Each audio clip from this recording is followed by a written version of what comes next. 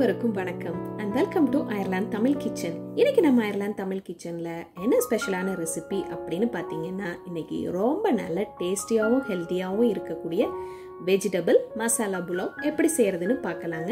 இதுல நம்ம நிறைய வெரைட்டியான வெஜிடபிள்ஸ் எல்லாமே யூஸ் பண்ணி செய்யும்போது இது குழந்தைகளுக்கு பாத்தீங்கன்னா ரொம்ப இன்ட்ரெஸ்டிங்கா இருக்குங்க. அது மட்டும் இல்லாம ரொம்ப ஈஸி அண்ட் டேஸ்டியான ஒரு லஞ்ச் பாக்ஸ் ரெசிபியும் கூடங்க.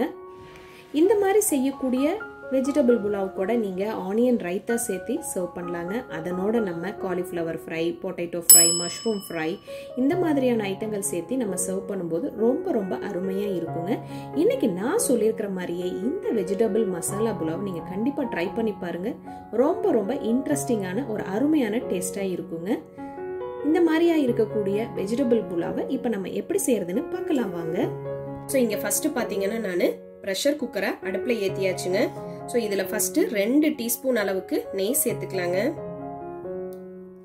ஒரு 2ல இருந்து 3 டீஸ்பூன் அளவுக்கு ஆயில் சேர்த்துக்கிறேங்க.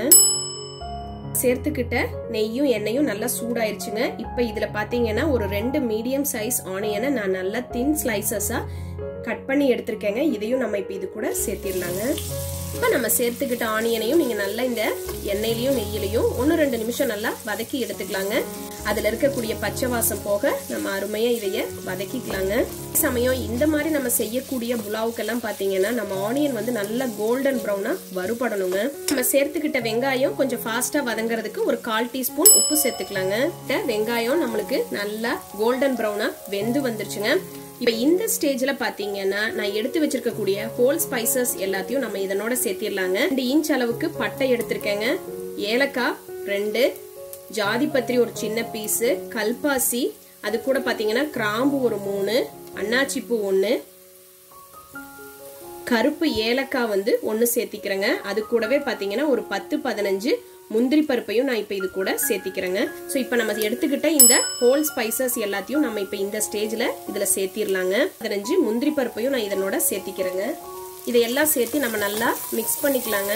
கிட்ட ஹோல் ஸ்பைசஸ் எல்லாமே நம்மளுக்கு 1 நிமிஷம் நல்லா வறுபட்டுருச்சுங்க.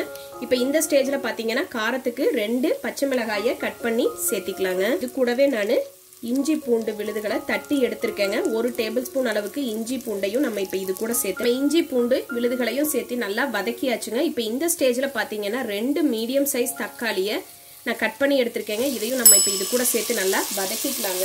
இந்த தக்காளி வந்து நம்மளுக்கு கொஞ்சம் நல்லா வெந்து சாஃப்ட் ஆகணுங்க. சோ அதனால நீங்க லிட்டை வச்சு கவர் பண்ணி 1-2 நிமிஷம் விடும்போது நம்மளோட தக்காளி நம்மளுக்கு நல்லா வெந்து சாஃப்ட் ஆயிருங்க. நான் ஒரு 3 டேபிள் ஸ்பூன் அளவுக்கு ஃப்ரெஷ்ஷான தயிர் சேர்த்திருக்கேங்க. சோ அது கூட ஒரு 1/4 டீஸ்பூன் அளவுக்கு மஞ்சள் தூள், 1/2 டீஸ்பூன் அளவுக்கு கரம் மசாலா தூள், 1/2 டீஸ்பூன் அளவுக்கு வரமிளகாய் தூள், 1 டீஸ்பூன் அளவுக்கு கொத்தமல்லி பவுடர், காஷ்மீரி வரமிளகாய் தூள் ஒரு 1/2 டீஸ்பூன் சேர்த்திக்கிறேங்க. இதுல காரம் அதிகம் இருக்காதுங்க, கலருக்காக மட்டுமே நம்ம சேர்த்திக்கிறோம். அதே சமயம் உங்களுக்கு காரம் எவ்வளவு வேணுமோ அதுக்கு தகுந்த மாதிரி பார்த்துட்டு நீங்க வரமிளகாய் தூள் சேர்த்திக்கோங்க. இந்த மசாலா பொருட்கள் எல்லாத்தையும் தயிரோட சேர்த்து நம்ம நல்லா மிக்ஸ் பண்ணிக்கலாங்க. சேர்த்திருந்த தக்காளி நம்மளுக்கு நல்லா வெந்து சாஃப்ட் ஆயிடுச்சுங்க. நம்ம இதுல வெஜிடபிள்ஸ் எல்லாத்தையும் ஆட் பண்ணிக்கலாங்க. ஸோ இப்போ பார்த்தீங்கன்னா ஒரு மீடியம் சைஸ் உருளைக்கிழங்க பெருசா கட் பண்ணி சேர்த்தியாச்சுங்க. ஒரு மீடியம் சைஸ்ல கேரட்டை ஸ்லைசஸா கட் பண்ணி இதையும் நம்ம இது கூட சேர்த்திக்கலாங்க. ஒரு 10-15 பீன்ஸை நல்லா பெருசா கட் பண்ணிருக்கேங்க. இதையும் நம்ம இப்போ இது கூட சேர்த்திடலாங்க. 2 டேபிள் ஸ்பூன் அளவுக்கு பச்சை பட்டாணி சேர்த்திக்கலாங்க. இது ஃப்ரோசன் பச்சை பட்டாணி, அதனால நான் இப்ப இதைய டைரக்டா இது கூட சேர்த்திக்கிறேங்க. கூட சேர்த்து நீங்க நல்லா மிக்ஸ் பண்ணிக்கோங்க. ஸ்டேஜ்ல நம்ம காய் வேகிறதுக்கு ஒரு 1/2 டீஸ்பூன் அளவுக்கு உப்பு சேர்த்துக்கலாங்க. காய் வந்து 1-2 நிமிஷம் நல்லா வெந்து வரட்டுங்க. சொல்லிட்டு வச்சு கவர் பண்ணி 1-2 நிமிஷம் மட்டும் நம்ம சேர்த்திருக்கக்கூடிய வெஜிடபிள்ஸை நம்ம வேக விட்டு எடுத்துக்கலாங்க. கிட்ட வெஜிடபிள்ஸை 1-2 நிமிஷம் நம்ம வேக விட்டு எடுத்தாச்சுங்க. இந்த ஸ்டேஜ்ல பாத்தீங்கன்னா நம்ம ரெடி பண்ணி வச்சிருந்த தயிர், மசாலா பவுடர் சேர்த்துன இந்த மிக்சரையும் நம்ம இப்ப இது கூட சேர்த்திடலாங்க. இப்ப இந்த தயிர் மசாலா மிக்சர் எல்லாத்தையும் சேர்த்து நம்ம 1-2 நிமிஷம் நல்லா வதக்கிக்கலாங்க. தயிர் எல்லாமே நம்மளுக்கு 1-2 நிமிஷம் நல்லா வதங்கிருச்சுங்க. சோ இப்ப இந்த ஸ்டேஜ்ல பாத்தீங்கன்னா நானு புலாவுக்கான அளவுக்கு தண்ணி சேர்த்துக்கிறேங்க. புலாவ் செய்யறதுக்கு பாத்தீங்கன்னா நார்மலா வீட்ல நீங்க எப்பவும் செய்யக்கூடிய ரைஸ் தாங்க நான் இன்னைக்கு இந்த புலாவுக்கு சேர்த்திக்க போறேன். யூஸ் பண்ற அரிசிக்கு நீங்க எவ்வளவு தண்ணி சேர்த்துப்பீங்களோ அந்த அளவுக்கு நீங்க தண்ணி சேர்த்துக்கோங்க. சோ இன்னைக்கு நான் எடுத்துக்கக்கூடிய 1.5 டம்ளர் அரிசிக்கு நான் ஒரு 4 டம்ளர் அளவுக்கு தண்ணி சேர்த்திருக்கேங்க. தேவையான அளவு உப்பு சேர்த்துக்கலாங்க. இருக்கக்கூடிய தண்ணி வந்து நம்மளுக்கு நல்லா ஒரு கொதி வரட்டுங்க. ஸோ அதனால ஒரு லிட்டை வச்சு கவர் பண்ணி நம்ம சேர்த்திருக்கக்கூடிய தண்ணியை நம்ம நல்லா ஒரு கொதிக்க விட்டு எடுத்துக்கலாங்க. வந்து நம்மளுக்கு நல்லா ஒரு கொதி வந்துருச்சுங்க. ஸ்டேஜ்ல நல்லா ஒரு கைப்பிடி அளவுக்கு புதினா இலைகள் சேர்த்திக்கலாங்க. சரி, ஒரு கைப்பிடி அளவுக்கு நல்லா கொத்தமல்லி இலைகளை கட் பண்ணி இதனோட சேர்த்திடலாங்க. ரைஸ் இது ஒரு அரை மணி நேரத்துல இருந்து 3/4 மணி நேரம் நல்லா ஊற வச்சு இப்ப தண்ணி எதுவும் இல்லாம நம்ம நல்லா வடிச்சு எடுத்தாச்சுங்க. இதையும் நம்ம இப்ப இது கூட சேர்த்திடலாங்க. இருக்கக்கூடிய நார்மலான பாயில் ரைஸ்க்கு பதிலா நீங்க பாஸ்மதி ரைஸ் சேர்த்திக்கலாம், சீரக சம்பா ரைஸ் சேர்த்திக்கலாம். இது எல்லாமே சேர்த்து இந்த புலாவ் செய்யும்போது ரொம்ப ரொம்ப அருமையா இருக்குங்க. அது மட்டும் இல்லாம நார்மலா நம்ம வீட்டுல யூஸ் பண்ற இந்த ரைஸை சேர்த்து செய்யும் போதும் இது ஒரு அட்டகாசமான பிளேவராகவும் டேஸ்டாவும் இருக்குங்க.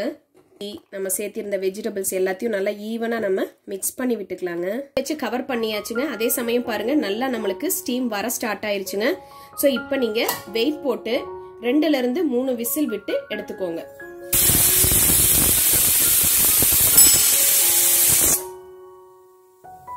இப்ப நம்மளுக்கு 3 விசில் வந்துருச்சுங்க. இப்ப நம்ம ஸ்டவ் ஆஃப் பண்ணிட்டு உள்ள இருக்கிற ஸ்டீம் எல்லாம் நல்லா ரிலீஸ் ஆனதுக்கு அப்புறம் நம்மளுடைய புலாவ் எப்படி ரெடியா இருக்குதுன்னு பார்க்கலாங்க.